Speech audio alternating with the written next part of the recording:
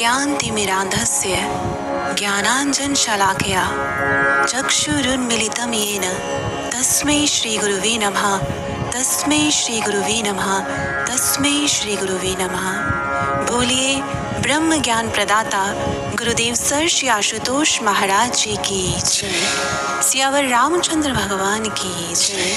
सत्य सनातन धर्म की जय। गुरु भक्तों, भारतीय संस्कृति की बहुमूल्य निधि है उपनिषद।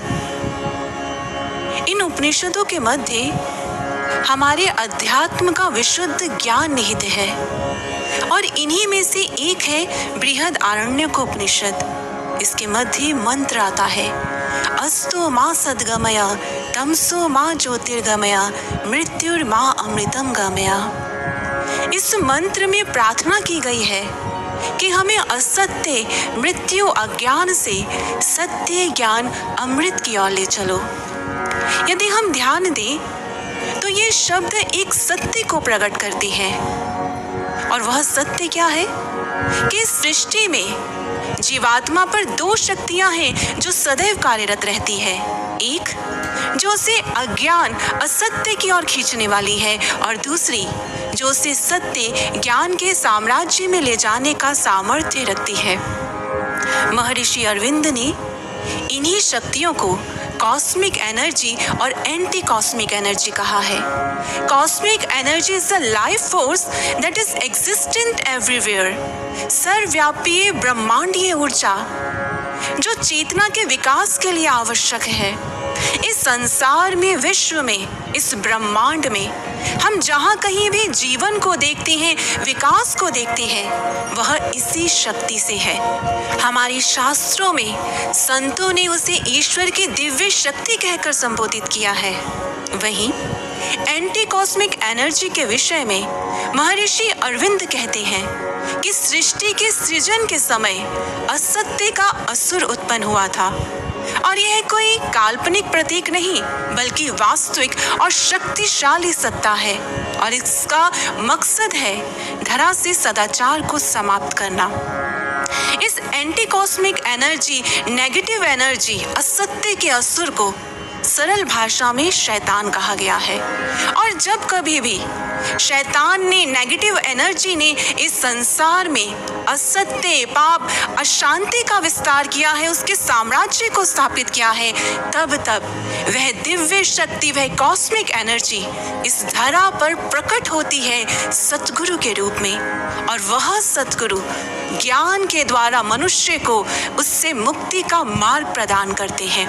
लेकिन उस ज्ञान मार्ग पर बहुत कम लोग हैं जो बढ़ पाते हैं। भगवान श्री कृष्ण ने श्रीमद् भगवत गीता में कहा, मनुष्याणाम सहस्रेषु किश्चित् यत्ति सिद्धेय। हजारों में से बहुत कम लोग हुआ करते हैं जो इस ज्ञान मार्ग पर बढ़ पाते हैं, और उनमें से भी कोई विरला ही है जो उसे प्राप्त कर लेता है। लेकिन यह विरले सतगुरु द्वारा चुने हुए साधक, सृजन सेनानी जब अपने दिव्य लक्ष्य को पाने के लिए बढ़ती हैं, तो शैतान उन्हें भटकाने के लिए उन पर प्रहार करता है।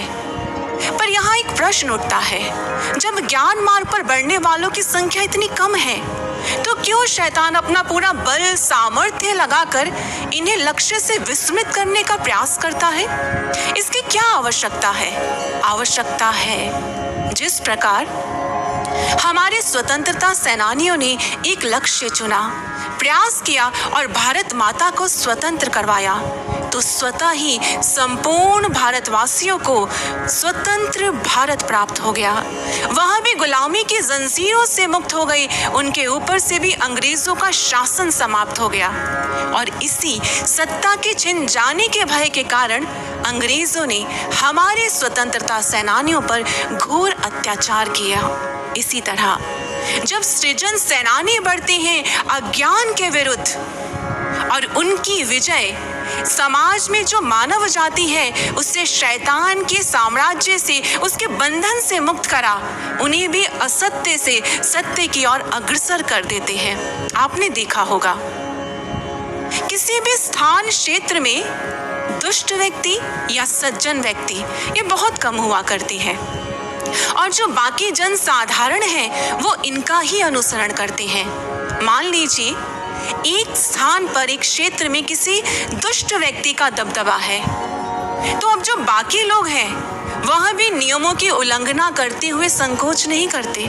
पाप करते हुए उनके भीतर भय उत्पन्न नहीं होता।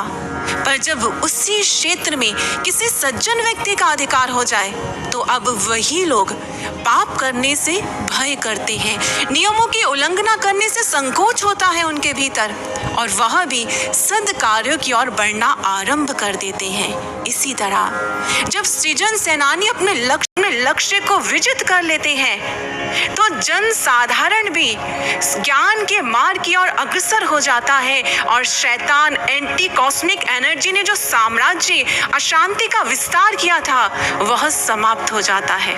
और इसी सत्ता के छिन जाने के भय के कारण शैतान भक्तों पर, साधकों पर प्रहार करता